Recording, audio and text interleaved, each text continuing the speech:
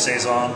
Saison is more kind of a state of mind in the sense that the beers can be dark, they can be kind of brown colored, they can range in alcohol from 3.5% all the way up to 9 and 10%. This is kind of right up in the middle, what I would consider a classic saison after the Saison DuPont Provision is what I'm thinking of when I'm brewing this. A little higher hop character, but not so much that it's getting into IPA levels, more like a hoppy Pilsner. Right. Just crisp and refreshing and dry and drinkable, but still enough complexity that you can, you know, if you want to sip and think about it, you can, and if you want to just have a nice beer to drink, you can do that. Yeah, and I'm noticing some of the spices you're using. What are you including here? No spices. It's all just the yeast. It's all just the yeast. And what yeast are you using? It's primarily the DuPont strain. It's White Labs 565. Okay. And that's what they say is the Saison DuPont yeast. And then I blend in about 5% of 3312, which is a French series called French Saison yeast. I don't know what brewery that one's from. Are those both being pitched at the same time, or Yes. are you pitching one later than? Yeah, they both get pitched in for the primary fermentation. So you can actually see the fermentation curve, because the DuPont yeast tends to kind of slow down at the end and then stop and then really nibble, and you can see that slowdown, but then it keeps going and gets the beer good and dry. Oh, it does. That's the second yeast taking over. And so how long is it fermenting your primary then? Primary's about anywhere between 9 to 12 days, depending on where our pitch rate is. We've been playing with different pitch rates, but it takes longer to make this beer than a typical ale, or especially a typical ale. We leave it warm for another week or two after that to make sure that the beer is completely attenuated, and then we chill it, get it cold for another 2 or 3 weeks, and then take a bottle. It's supposed to be a very rustic beer. It came from, it's in the farmhouse ale family. Okay.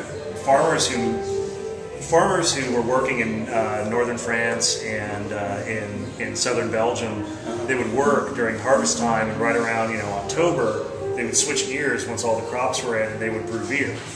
And they would brew with whatever they grew. If they had wheat, they had barley, they had oats, they had spelt. It was really just kind of whatever they grew on their farm, they would brew beer. Now you're teaching at Davis while you're starting up with your brewery? I do the practical brewing instruction for the Master Brewers program, and I also teach for the American Brewers Guild.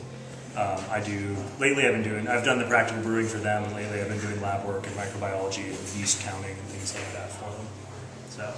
And when you go and brew over at Sudworks, they're letting you use one of their fermenters? And yes. How big of a fermenter is it? Is it one of their 100-barrel fermenter? To start, we've been doing half batches. We brew 50-barrel batches at a time for the package, for the bottled Saison. And I'm right there every step of the way. When they transfer the beer, when they bottle the beer, when we brew the beer. Right.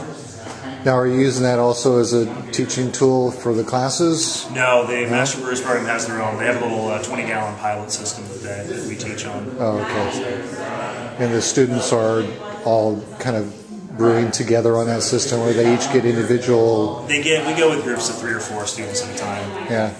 Yeah, me and one other SudWork employee will take them, especially early on when they're very enthusiastic and new to the program. Right. We'll get 2 shifts. We'll brew twice a day.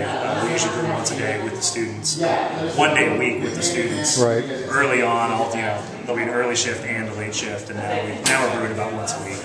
And are they then getting to sample the beers that they're brewing? Yes. Yeah, they take them home and they take care of all the cellaring and stuff. It's actually done off-site. Oh, okay.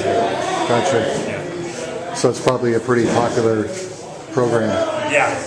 Is it an accredited program? It is. It's one of the Master Brewers program is through the extension, but it's one of the, it's a worldwide recognized brewing program. Even people from InBev, Anheuser-Busch InBev will send their employees to the program that they want to get more education. A lot of the guys that I know who've come out of the program brew for Sierra Nevada, brew for, big breweries. It's one of the best programs in the world